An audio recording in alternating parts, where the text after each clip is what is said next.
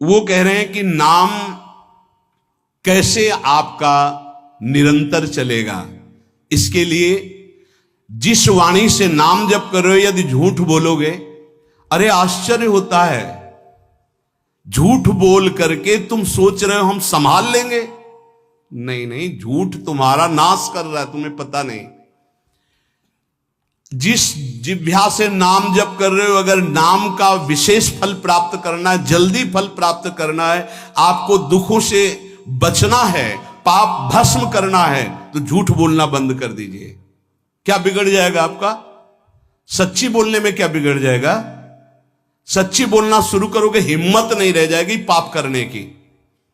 ये जो पाप करने की तुम्हारी हिम्मत पड़ रही, झूठ बोलने के कारण पड़ रही।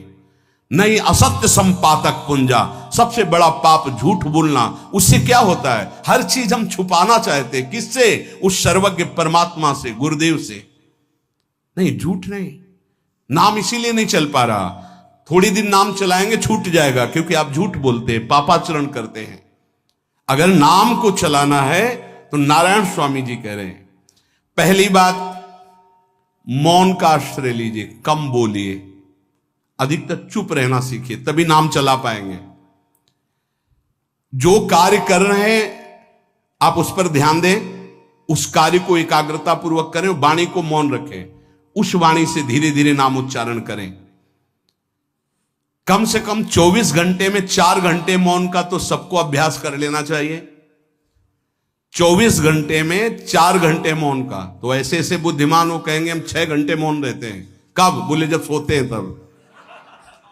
आप 4 घंटे कह रहे, हम 6 घंटे मौन रहते हैं। 24 घंटे में हम 6 घंटे मौन रहते हैं। बहुत बुद्धिमान है।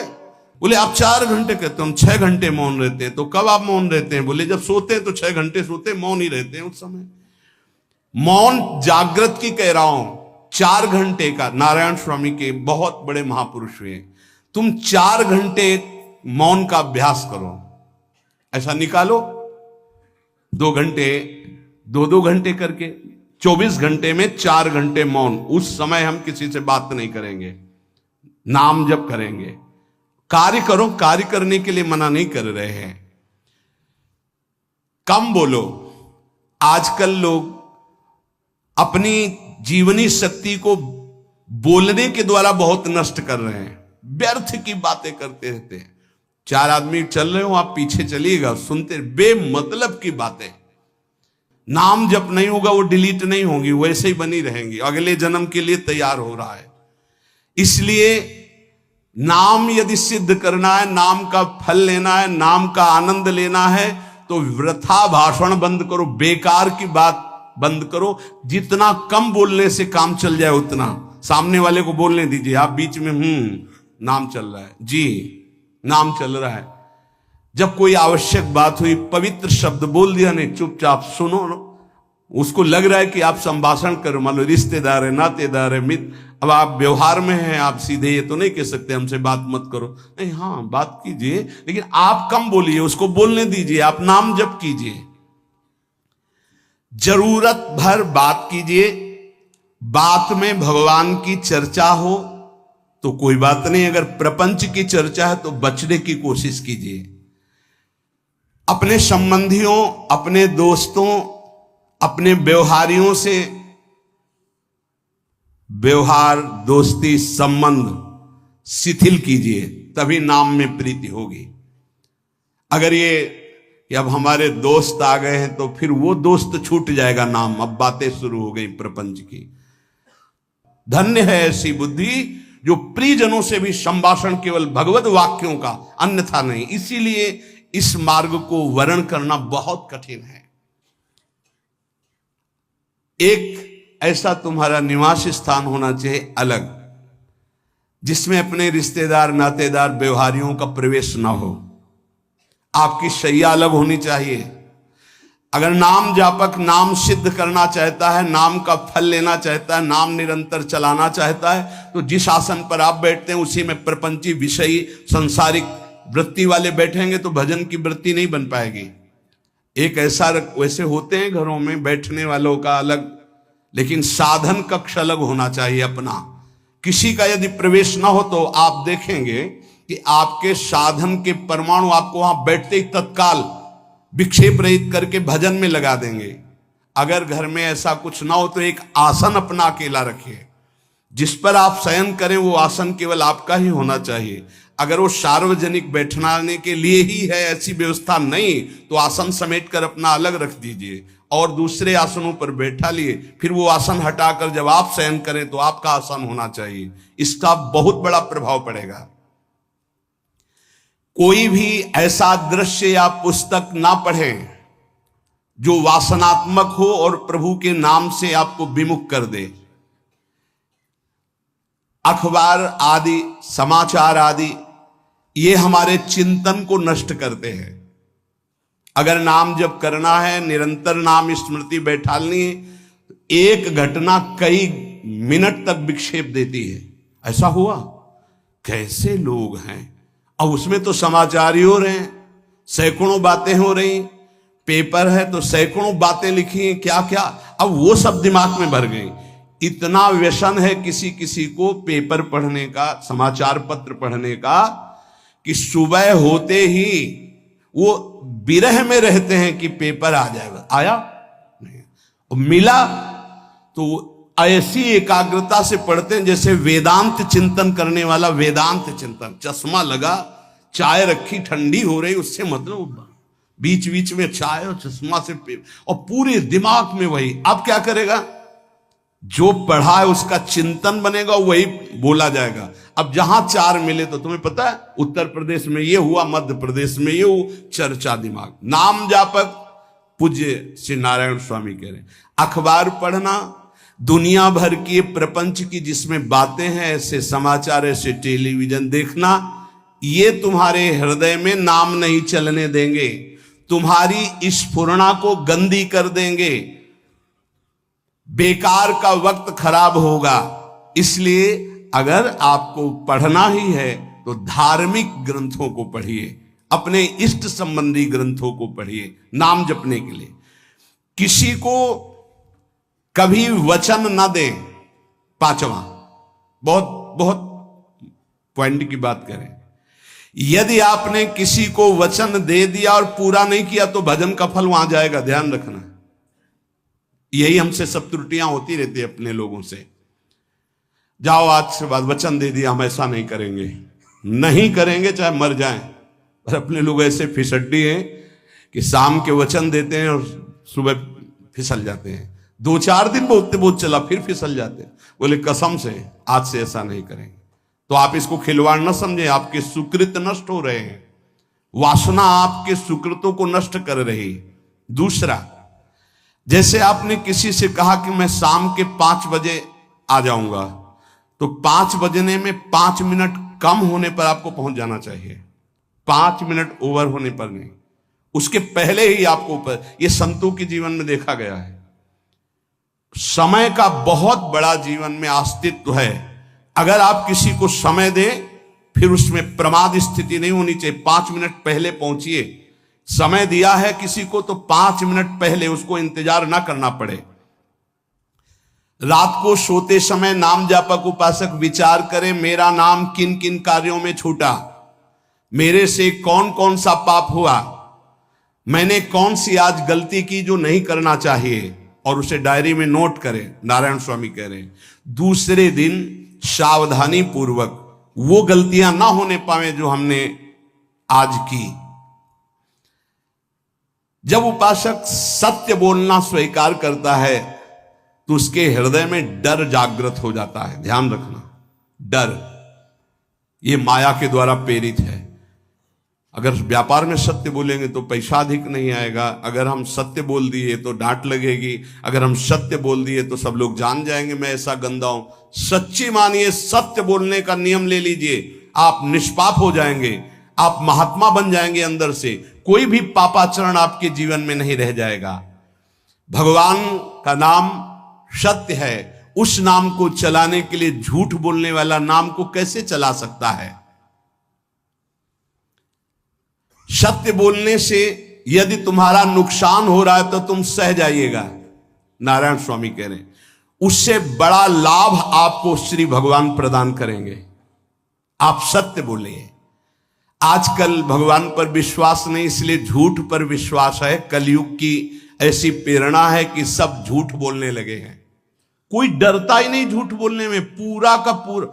जैसे नहीं कहते कुछ तो सत्य होगा, ऐसे ऐसे महानुभाव हैं कि 100% झूठ बोल जाते हैं, 100%। धन्य है मोबाइल जो झूठ बुलाने में बहुत प्रवीण है, बहुत प्रवीण है। अरे भाई हम नहीं मिल सकते, आज हमारा मन नहीं है, खत्म खेल हो गया, सत्य बात है, नहीं मिल सकते आपसे, मत उठाओ फोन। अगर तुम्हें झूठे ही बोलना है तो फोन क्यों उठाओ? नहीं बोलेंगे, नहीं उठाएंगे तो समझ जाएगा कि उनकी रुचि नहीं। ये झूठ क्यों बोलना, सत्य बोलो। झूठ से यदि आप बच गए तो आपके जिह्वा पे नाम निरंतर चलने लगेगा। ये झूठ ही नाम नहीं चलने दे रहा। असत्य आचरण, छुपाने की वृत्ति, असत्य भाषण, ये नाम में प्रीति नहीं। किसी को भी फुसलाने के लिए झूठ मत बोलिए। सत्य बोलने का अभ्यास कर लिए तो पापी जीव भी महात्मा बन जाए। सत्य आवश्यक है। एक बड़े कागज पर ऐसी जगह लिख के रख लो जहां तुम उठते बैठते देखते हो कि मुझे सत्य बोलने का नियम लेना है, झूठ नहीं बोलना है। सत्य साधन कर लो, फिर देखो नाम कैसे चलता है। तपस्या, बड़े बड़े पुण्य, बड़े बड़े तीर्थ स्नान उतना पवित्र नहीं करेंगे जितना सत्य बोलने से होगा। पर बहुत कठिन है इस समय सत्य बोलना।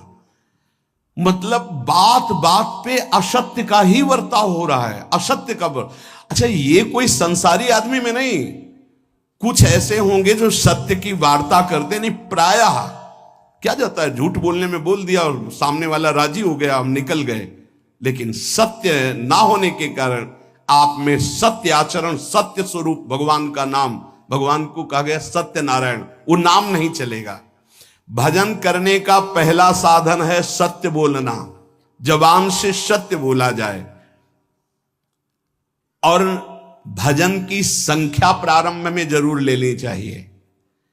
यदि 10 माला का नियम लिया, 20 माला का नियम लिया, तो उसे निर्वाह करो। जैसे यहां शरणागति मंत्र मिलता है तो 11 माला प्रारंभ में दी जाती कि आपको करना ही है, ज्यादा हो जाए वो ठीक, 11 से कम वो कभी जीवन में नहीं। अपने जीवन में गुरु आज्ञा 11 माला तो करनी है, हर समय करना है। पर ये मन थोड़े दिन तो नियम में चलेगा, इसके बाद छोड़ देगा। दीक्षा तब लेनी चाहिए जब गुरु आज्ञा पे चलने की हिम्मत हो, नहीं तो ऐसे ही नाम जपो करो। जब नियम मिल गया 11 माला तो चाहे प्राण निकल जाए, हमको 11 माला पूरे करने, प्राण निकलने तक गुरु आज्ञा का पालन करना है। यदि आप नाम जब अधिक मात्रा में नहीं करेंगे तो जो आपको नाम मिला है उसका फल आपको अनुभव में नहीं आएगा। क्यों? क्योंकि नाम का हिस्सेदारी होती है, भजन की हिस्सेदारी होती है। जैसे किसी ने प्रणाम किया, वो भजन लिया। गृहस्थी को इसीलिए मना किया कि रास्ते में परिक्रमा मार्ग में हलवा पूड़ी ये सब बट रहा है, हाथ मत फैलाओ। वो दान कर रहा है, सुकृत कर रहा है, और कोई दूसरे ले विरक्त आदि। आप अपने भूख मिटाने के लिए 4 रुपया के चना लेके भले पालो, लेकिन दूसरे के द्वारा दिया हुआ हलवा मत पाओ। यहां धाम आए हो, भगवत कमाई करने आए हो, यहां नाम जप करो, कष्ट सहकर परिक्रमा दो। हो सके 4 रुपए की वस्तु लेकर के आप पशु पक्षियों को पवा दो, किसी एक का पेट भर। तुम मत पाओ दूसरे का। तुम चाहो तो उपवास कर सकते हो, या प्राण पोषण के लिए रूखा सूखा थोड़ा खा लो। ये दूसरे के आराम से धाम में हम आए 2-4 दिन खूब खाए पिए नहीं, भागीदारी हो जाएगी तुम्हारे पुण्यों की। वहां ऐसे फ्री नहीं है कुछ। भजन का भागीदार राजा भी होता है, जिसके राज्य में रह रहे हैं। जो अन्न देता है वो भजन का, जो वस्त्र देता है वो भजन। इसीलिए गृहस्थ को कहीं कुछ भी स्वीकार नहीं करना चाहिए। ये बहुत ध्यान रखें। अगर आप कहीं तीर्थ साधु आश्रम कहीं जाते हैं, कोशिश कीजिए कि किसी से सेवा ना ले, और अगर सेवा ले तो उसके अनुसार फिर अर्थ दे दे। अगर आपने वहां भोजन पाया, पानी पाया, तो उसके अनुसार सोच ले कि अगर हम इतना खरीदते तो कितने का मिलता, वो दे दिया तो आपका भजन बच गया। कभी आपको कोई प्रणाम नमस्कार करे, तत्काल बराबर प्रणाम करो। किसी को अपना भजन का हिस्सेदारी नहीं, सबका मंगल हो। ये भजन जितना बढ़ेगा तो आपको भगवदाकार कर देगा। दिन रात 24 घंटे में 21,600 श्वास चलती है।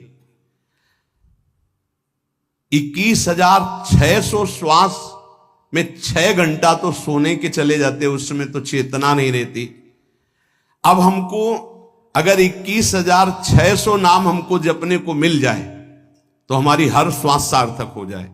जो हम 5-6 घंटा सोते हैं उसमें जिनका अभ्यास है तो बात अलग है, नहीं तो वो व्यर्थ जाती है।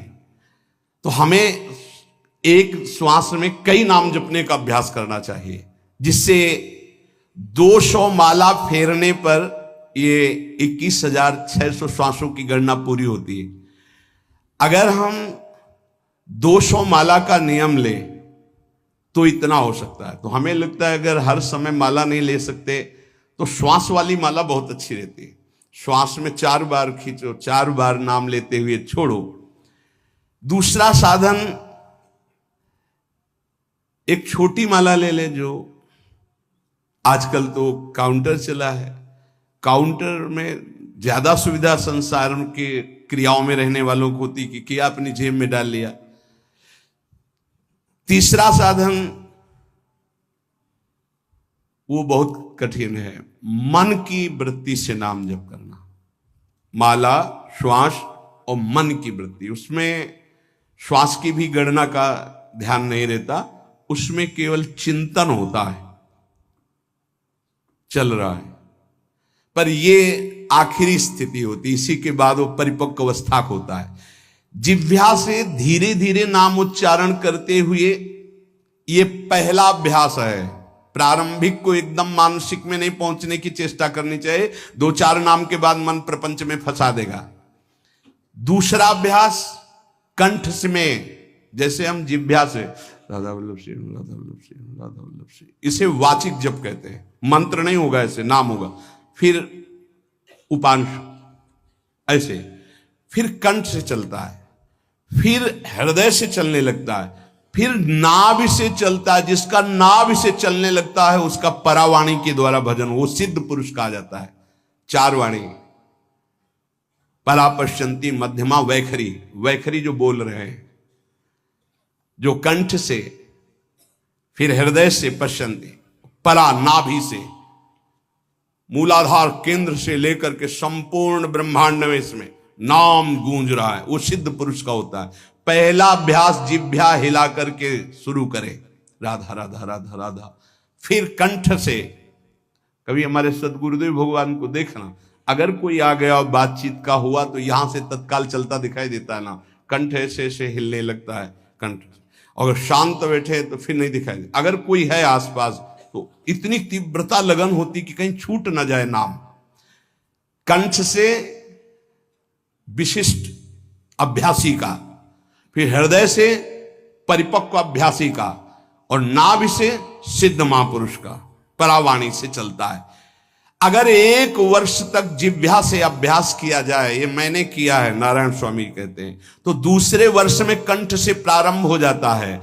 2 वर्ष कंठ से चले तो अगला हृदय से प्रारंभ हो जाता है, और हृदय से 3 वर्ष चले तो फिर नाभि से 7 वर्ष में नाम सिद्ध हो जाएगा। अगर नियम पूर्वक झूठ ना बोले, सत्य आचरण करे, ऐसे नाम जप करे। हम ये कहते हैं कि चलो थोड़ा धीमे ही सही, पर 12 वर्ष में तो आपको सिद्ध हो जाना चाहिए। 12 वर्ष, यहां बोले 30 वर्ष के, 50 वर्ष हो गए साधन करते हो, ज्यों कहते हो कोई परिवर्तन नहीं। इसका मतलब अंदर से नाम नहीं चलाया जा रहा, नाम में रुचि नहीं। 12 वर्ष में तो भगवत साक्षात्कार करके जागृत स्वप्न सुषुप्ति अवस्था पर विजय प्राप्त कर लेता है साधक। ऐसा ही स्वामी जी ने किया। नारायण नारायण नारायण नारायण नारायण, ऐसी सिद्धावस्था हो गई थी। एक टाट की लंगोटी, एक रस्सी कमर में, बस। बड़े ही उच्च कोट और बहुत बड़े अरब खरबपति घर के बालक थे। सारी सिद्धियां उसके पैरों में लौटने लगती हैं, जिसका नाभि से भजन प्रारंभ हो जाता है, परावाणी से। अजपा जाप उसे ही कहते हैं जो नाभि से होता है। अजपा जाप करने वाले उपासक में जो अजपा जाप करने की चाह रखते हैं, पहला भोजन पर ध्यान दे, सात्विक भोजन, पवित्र भोजन। भाई नाम का स्वाद नहीं मिला तो कुछ लोग जो है बहुत प्रसन्न होते हैं जब सांसारिक पदार्थ आता है। बड़ी कृपा श्री ठाकुर जी की रही है कि इस विषय पर जो है बहुत परिपक्व किया है। रोटी नहीं मिली, ये रबड़ी रसगुल्ला की तो बात जाने दो।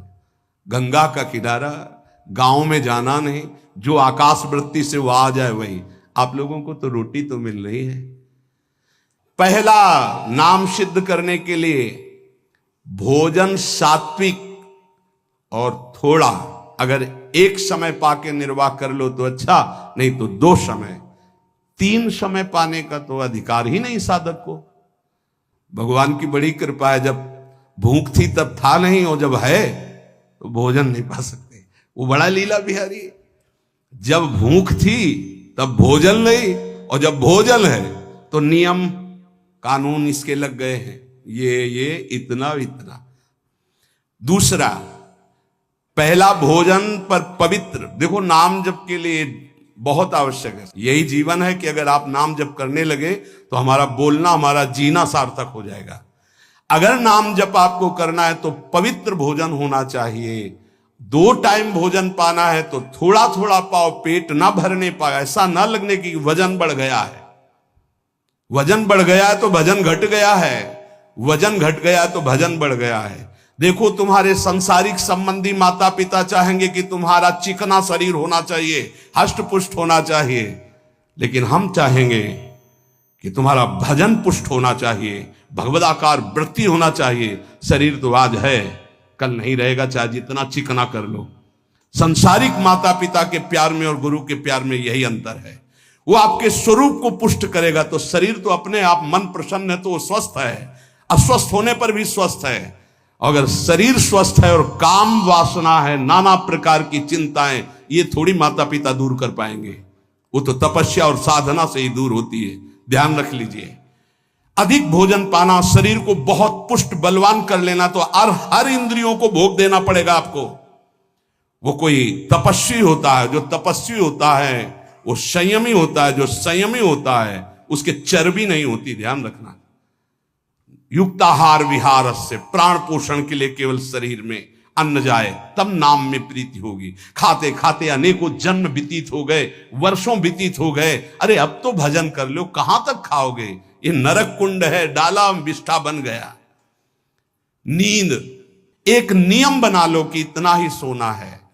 पता नहीं सोने में कौन सा सुख, नींद में केवल एक बात का सुख होता है, आपका संसार का चिंतन नहीं होता, तो आप जो शांत रहते हैं वो सुख होता है, लेकिन वो तमोगुणी सुख है। अगर आप जागृत में संसार का चिंतन न होने दें और भगवत चिंतन कर रहे हैं तो आप महापुरुष हो जाएंगे। सो के जीवन क्यों बर्बाद करते? एक टाइम रखिए सोने का, बस। ये कोई तुम्हारा सुख नहीं है, ये तमोगुणी सुख है। निद्रा आलस्य प्रमादोत्तम तत्तामस मुदाहृतम। और एक बात समझ लो, यद तज्ञे विस्मि परिणामे अमृतोपमम। जिसमें विष जैसा शुरुआत में लगता है उसका परिणाम अमृत होता है, और जिसकी शुरुआत अमृत जैसी लगती है उसका परिणाम विष होता है। प्रातःकालीन उठ करके सत्संग में आना विष जैसा लगता है, लेकिन उठ के आ रहे हो तो इसका फल अमृत होगा। ब्रह्म मुहूर्त में सो रहे हैं, जीवन बर्बाद कर रहे हैं, अरे ब्रह्म मुहूर्त में उठिए, स्नान कीजिए और सच्चिदानंद भगवान में चित्त को जोड़िए। ये विष जैसा लगता है, परिणाम अमृत जैसा होता है। तीसरा, 24 घंटे में 1 घंटे का तो एकांतवास करना सीख ही लो, चाहे गृहस्थ हो चाहे कोई भी हो। 1 घंटे हमसे कोई बात नहीं करेगा, अपने दरवाजा बंद, थोड़ा 1 घंटे कोई ऐसा समय निकालो जिसमें चित्त को केवल श्री कृष्ण से जोड़ो, प्रियाजू से जोड़ सको। चौथा, विरक्त साधक, तकिया गद्दा, ये सब चीजें अगर लगा के सोओगे तो नाम जप नहीं होगा। देखो, हितधाम में कुशासन और एक ईंट कुशासन के नीचे, सर्दी में ओढ़ने के जो हमारे कंबल थे वो आटे का बोरा बलराम जी ला के दिए थे। जीवन को यदि आप कसौटी पे नहीं कसेंगे तो भजन नहीं होने वाला। अब तो शरीर रोग से ग्रसित है, आप चाहे जहां रखो चाहे जैसे रखो, प्रिया जो जाने। जब तक हमें भगवदाकार वृत्ति ना हो जाए तब तक विषयों को स्वीकार नहीं। ऐसे हैं साधक, बड़ा सुख मिलता है। एक ऐसे पड़ा हुआ है आसन, उनके कमरे में जाके देखिए, केवल आसन ही है। कितने ऐसे साधक राधा के कुंज में रहते हैं जिनकी चटाई केवल है, न तकिया है न गद्दा है न कोई, उसी चटाई को ऐसे खड़ा कर दिया, बिछा लिया, बस उसी में पड़े, भोजन मिला पा लिया, ऐसे रह रहे हैं। कमरे में देखो जाके तो ऐसा लगेगा कि इसमें कोई रहता ही नहीं, कुछ है ही नहीं, केवल चटाई है। तकिया गद्दा विशेष विलासिता की वस्तुएं तो नाम जप नहीं होने वाला, ध्यान रखना। जहां पड़े आराम से नींद आ जाएगी, सो जाएंगे, और जब तो नींद उतनी आएगी जितनी आवश्यकता है। भजन का खजाना तिजोरी में रखें, कभी किसी से बताएं नहीं कि आपका भजन कितने माला कितना होता है। पूज्य नारायण स्वामी जी कह रहे हैं, भजन को खजाने में रखने का मतलब है लूटने वाले डाकू माया भेजती है, काम क्रोध लोभ मोह मद मत्सर आदि, और प्रिय गृहस्थ भगत आदि। कैसे प्रिय गृहस्थ? स्वामी जी अब ये सब आप ही कहा है, बहुत बीमार है, आप देखना। ठीक है, दूसरे की दुख निवृत्ति करना संत का स्वभाव होता है, पर हम जिस मार्ग के पथिक हैं, हमारा कर्तव्य है, हमारे पास हमारे प्रभु के सिवा कोई नहीं, हमारा जो कुछ है वो प्रभु हैं। ए भैया, जैसा श्री जी चाहेंगे वही सब मंगल करेंगे, ये शब्द होना चाहिए, उससे उसका भी मंगल होगा, आपकी भक्ति पुष्ट होगी। कभी भी जो गृहस्थ में भजन करता है, किसी भी तरह का किसी से भी कोई प्रतिग्रह ना ले, नहीं ले लो, ये लो ही बढ़िया है, रख लो, नहीं महाराज हमारा ये मार्किन का गमछा ही काफी है हमारे लिए, नहीं नहीं नहीं, ये प्रसाद पाल, हाँ इतना किनका दे दीजिए, भगवत प्रसाद है, ये हमारे लिए पर्याप्त। गृहस्थी में अगर आप भजन करते हैं तो अपने भजन को बचाने के लिए किसी से भी दान पुण्य, किसी का भी बट रहा है वो स्वीकार न करें, किसी से प्रणाम नमस्कार, किसी से अपनी सुविधा सेवा स्वीकार न करें। और जो विरक्त है उसको ध्यान रखना चाहिए कि हमारा जीवन केवल जगत मंगल के लिए विश्वेश्वर भगवान को समर्पित जीवन है। ना हम किसी को शाप दे सकते हैं, ना किसी को वरदान दे सकते हैं। सेवक स्वामी की इच्छा को देखता है, ऐसा ऐसा, हाँ प्रियाजू की जैसी इच्छा होगी वैसा नहीं, आप ऐसा नहीं, प्रियाजू का बस जबान से कभी ना किसी के प्रति शाप का, और ना हरिराम व्यास जी ने कहा है कि शाप और वरदान हमारे स्वामी की, तो हमें हर बार में यही बोलना है, जैसी प्रियाजू की इच्छा, जैसी श्यामाजू की इच्छा। नहीं आप कुछ कह दीजिए तो राधा राधा राधा, नहीं कैसे मंगल होगा, आशीर्वाद दीजिए राधा राधा राधा, बहुत संभाल के। महात्माओं को इस बात में सावधान रखना चाहिए कि ये माया ममता का रूप धारण करके तुम्हारी तिजोरी को खाली कर देगी। खजाना लूटने के लिए माया बहुत अनुभवी महापुरुष है, सेवक के रूप में आती है, खास सेवक बनकर। आज तक जहां दगा हुआ है तो खास से हुआ है। जब वृक्ष कटने लगे तो आपस में बात की, भाई ऐसा कौन आ गया जो हमें काट सकता है? बोले हमारा कोई मिल गया। तो कुल्हाड़ में जो बेंट है ना, बोले मिल गया कोई हमारा। खास बन करके आती है माया, सेवक सेविका रूप लेके। बहुत अनुभव की बात महापुरुषों की, मान लीजिए विरक्त जनों के लिए खास बात है। सेवक सेविका रूप रख करके माया आएगी। इसके बाद अगर आपने स्वीकार किया, फिर तुम सेवक होगे, वो स्वामी होगी। समझ रहे हो? बहुत अंदर से इस बात को समझ लीजिए। अगर आपको भगवत प्राप्ति करनी है तो जब तक शरीर में श्वास रहे, सेवा मत स्वीकार करना किसी की। कपड़ा धुलाना, खाना पीना, भीख मांग के खाओ, भिक्षा अन्न, या आकाशवृत्ति से जियो। जैसे मना, ना कपड़ा धो पाओ तो उतने पहनो जितना धो पाओ। किसी को अपनी सेवा में प्रवेश मत होने दो। अपने शरीर की सेवा, अपने जीवन की सेवा जब तक श्वास है तब तक स्वयं करो, नहीं तो तब लग जोगी जगत गुरु, जब लग रहे निराश, जब आशा मन में भई, जब गुरु और जोगी दास। इसलिए होश में परमार्थ के पथिक को कभी किसी की सेवा नहीं लेनी चाहिए, कभी किसी को सेवक नहीं बनाना चाहिए। भगवत भाव से नेकी कर दरिया में डाल, उपदेश दे दिया, चल अपने मार्ग में। जीवन की ये बात हमारी अनुभव की मान लीजिए। अगर निर्विघ्न पंथ निर्वाह करना है तो कभी किसी को यहां सेवक न बनाया जाए। सेवक सेविका के रूप में स्वीकार करने वाले साधु का हृदय आग की तरह जलने लगता है। जो जिंदगी भर निश्चिंत और निर्भय रहा, उसे भयभीत और चिंतायुक्त होना पड़ता है। अपने भजन को खास तिजोरी में रखे, अपने में जो सिद्धियां जागृत हो कभी प्रकट ना होने दे, उनका कभी प्रयोग ना करे। एक एक शब्द पर ध्यान देना, उसी को भगवत प्राप्ति होती है जो अपनी सिद्धि को प्रकाशित नहीं करता। ये माया त्रिशंकु की तरह लटका देती है, न स्वर्ग में न भूमि में। देखो सेवक जी महाराज कहते, ऐसे न वैसे रहे मज रेढ़ो पाछलियो जो करी निर्भाषित, न परमार्थ के न व्यवहार के। ये गांठ बांध लो, हाथ जोड़ के कह रहा हूं, सेवा के भाव से माया प्रवेश करती है और स्वामी भाव को रौंद करके सेवक बना लेती है। फिर जैसा चाहती वैसा नाच नचाती है, कोई भी हो। इसलिए होश में, यदि भगवत मार्ग में चले हो तो कष्ट सहो, शरीर की स्वयं सेवा करो। सौभाग्य मत मनाओ कि कोई तुम्हारी सेवा कर रहा है, दुर्भाग्य है जो तुम सेवा ले रहे हो। हाँ, अब शरीर इस काबिल नहीं तो श्री जी जैसा जाने वैसा। जब तक पानी उठा के पीने लायक हो तो किसी से पानी मत मांगना, किसी को अपना मत बना लेना। जब तक भगवत साक्षात्कार ना हो किसी को शिष्यत्व में मत स्वीकार कर लेना, नहीं तो बात समझ लेना, आगे खुद आपको समझ में आ जाएगा।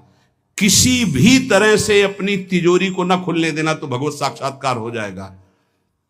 बोले नहीं, हमारा तो परहित की भावना और प्रचार करना है, तो है क्या तुम्हारे पास प्रचार करने के लिए? परहित की भावना के लिए है क्या तुम्हारे पास? जब तक सर्वत्र श्री कृष्ण का अनुभव नहीं हो जाता तब तक उसमें कोई सामर्थ्य नहीं होती। और जब सर्वत्र वासुदेव का अनुभव करता है तो उद्धार किसका करना है? विचार करके देख लीजिए। फिर वो स्वांता सुखाय तुलसी रघुनाथ गाथा। इसलिए भजन के खजाने को बचा के रखो। रूखा सूखा टुकड़ा खा करके गंगा जल यमुना जल का आचमन करके जीना सीखो।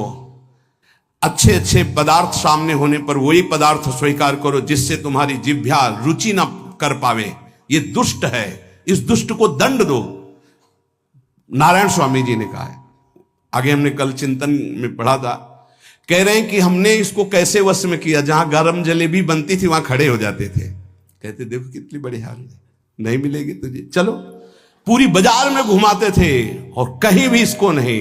और अगर संयोग वसात मिल जाती थी तो गंगा जल में फेंक देते थे। हरिद्वार में नारायण स्वामी जी गंगा जल में फेंक देते। हाँ, बहुत बढ़िया बीठी, ये ले। अपने हृदय को पावन रखने के लिए इसी जन्म में भगवत प्राप्ति के लिए आहार को सुधारा जाए और निरंतर नाम जपने का अभ्यास किया जाए।